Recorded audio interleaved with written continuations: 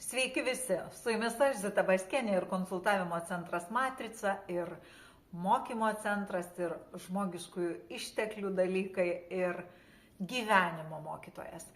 Visada žinot, kad aš remiuosi į skaitmeninę pasaulio sandarą ir mano kalbose žodis visada labai svarbus, žodis kaip jo reikšmė kiekvieno sakančiojo atžvilgiu ir klausančiojo atžvilgiu. Tai šiandien pažiūrėkim. Aš noriu prikibti prie žodžio ir parodyti, kokia tai yra kvailystė. Dažnai žmonės, tie, kurie moko, rengia seminarus, bendrai tam tokiam dvasingumo kokteilį dalyvauja, jie sako žodį kontempliacija. Kontempliuoju, sako, aš kontempliuoju, arba jeigu mes pažiūrėsim Wikipedijoje, tai yra susikaupimas, susikoncentravimas į kažką svarbaus, savo intuicijos pagrindų ir vidumi, ar ne?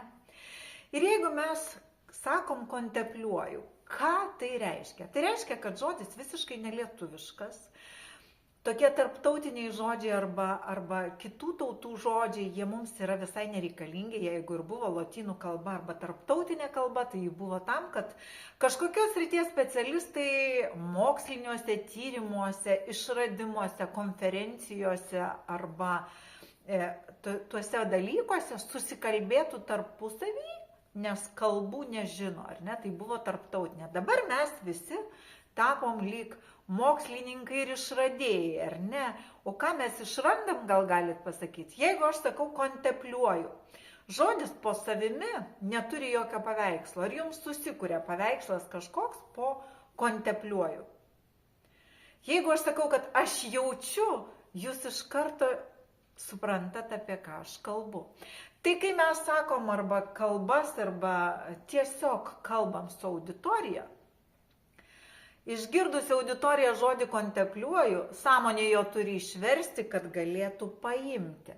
Tai yra ilgesnis kelias, tolimesnis kelias, turintis reikšmę visai ne tą, kuri mums reikalinga ir visai iškreipiantis pasaulį. Tai ką man žodis, kuris apsunkina ir mano kalbėjimą, ir auditorijos priėmimą. Kam jis man reikalingas? Jisai visiškai nereikalingas.